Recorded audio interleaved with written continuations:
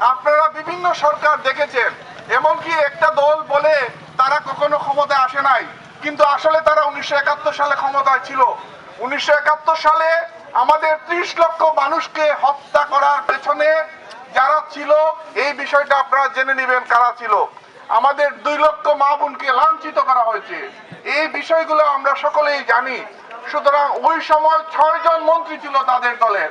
1971 সালেও তো একটা সরকার ছিল, তারা তো একরকম ভাবে একটা দেশ চালিয়েছে। সুতরাং আমরা সবাইকে দেখেছি।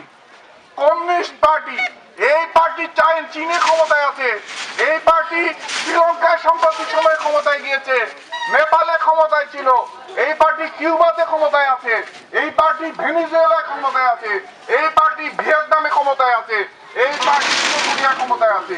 যত জায়গায় এই পার্টি ক্ষমতায় আছে, অন্ততপক্ষে মানুষের খাবারের দায়িত্ব নিয়েছে, মানুষের কাজের দায়িত্ব নিয়েছে, মানুষের বাচ্চাদের পড়ালেখার দায়িত্ব নিয়েছে।